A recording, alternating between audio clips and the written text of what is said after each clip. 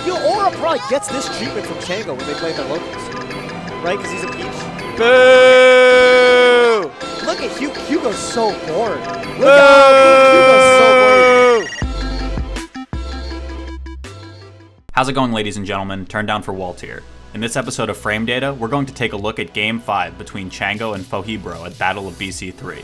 This game was an absolute slobberknocker, and it showcases what pure aggression in Melee can look like. It's a trademark example of dynamic, interactive, and exciting gameplay, and was easily the highlight of the tournament. Let's check it out. Battle of BC3 was held last weekend, March 30th through 31st, and it implemented a number of new rules previously unseen in tournament.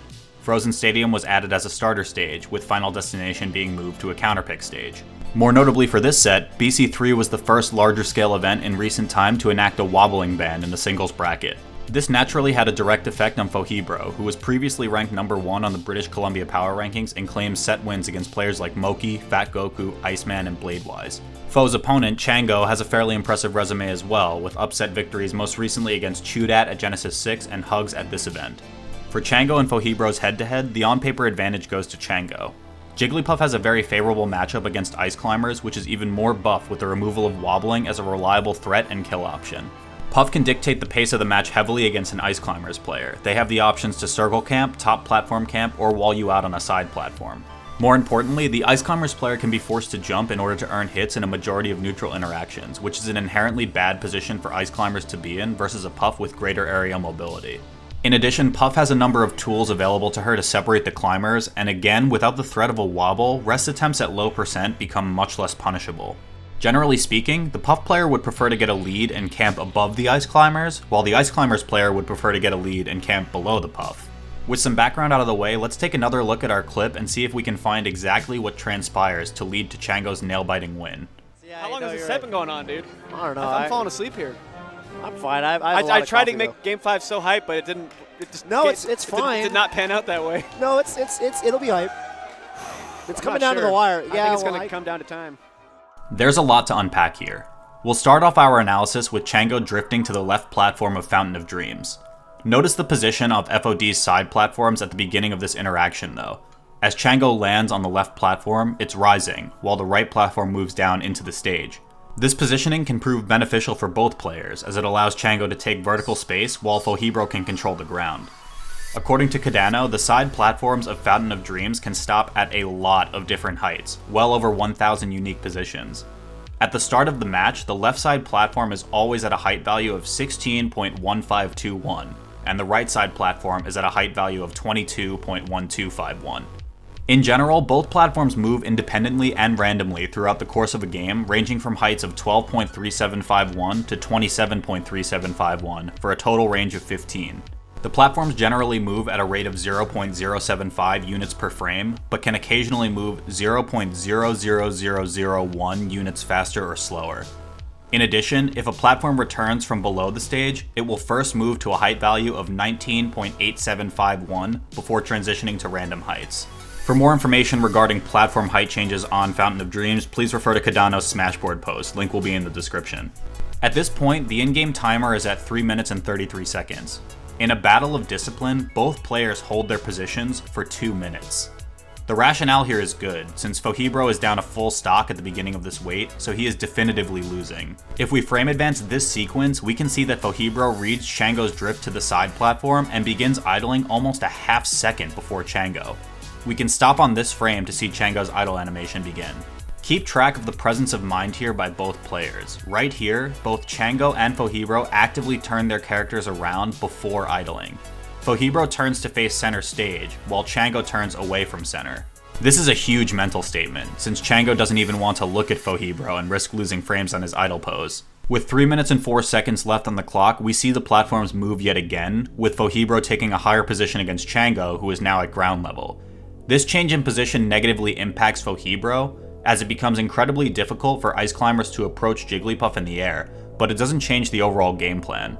For the remainder of this interaction, we see the side platforms noticeably change heights another 7 times, for a total of 11 independent platform height transitions. Skipping to 254 on the in-game timer, we see Faux check his controller, which was integral in maintaining his positioning.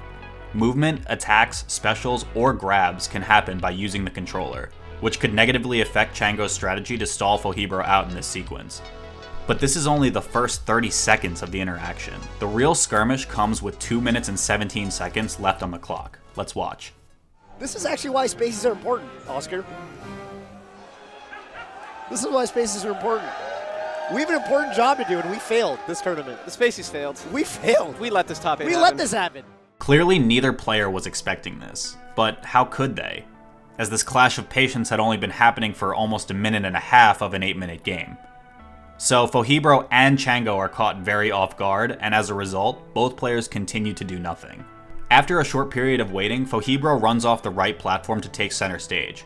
He shields upon landing, and Nana inputs a roll towards center while Popo wave dashes back. This is an excellent bait, but Chango doesn't bite. Instead, Chango full hops into a double jump back air to hit seemingly nothing.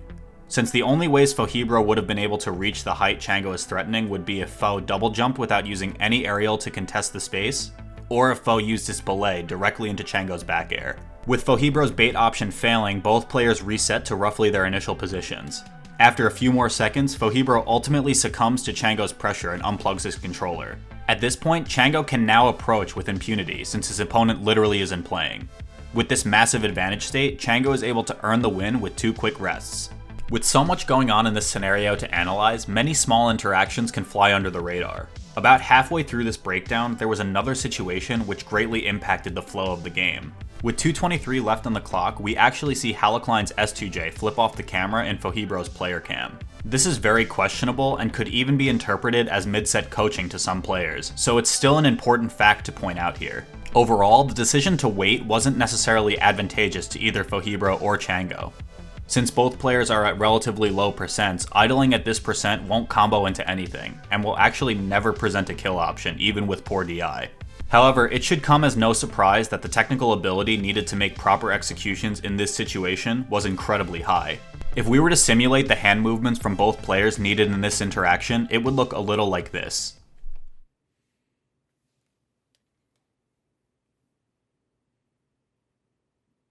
Both players need to avoid touching a single button on their controllers for this duration of time, which includes the control and C stick. There's almost no room for error to achieve this style of regimented gameplay, as literally any button press would result in something happening. Both Chango and Fauxhebro showcase some of the most aggressive play Melee has seen this year to result in one of the most tense sets of 2019. Chango ultimately took the win, leading to a 3-2 victory over Fauxhebro and properly depicting the best way to pitch a tent.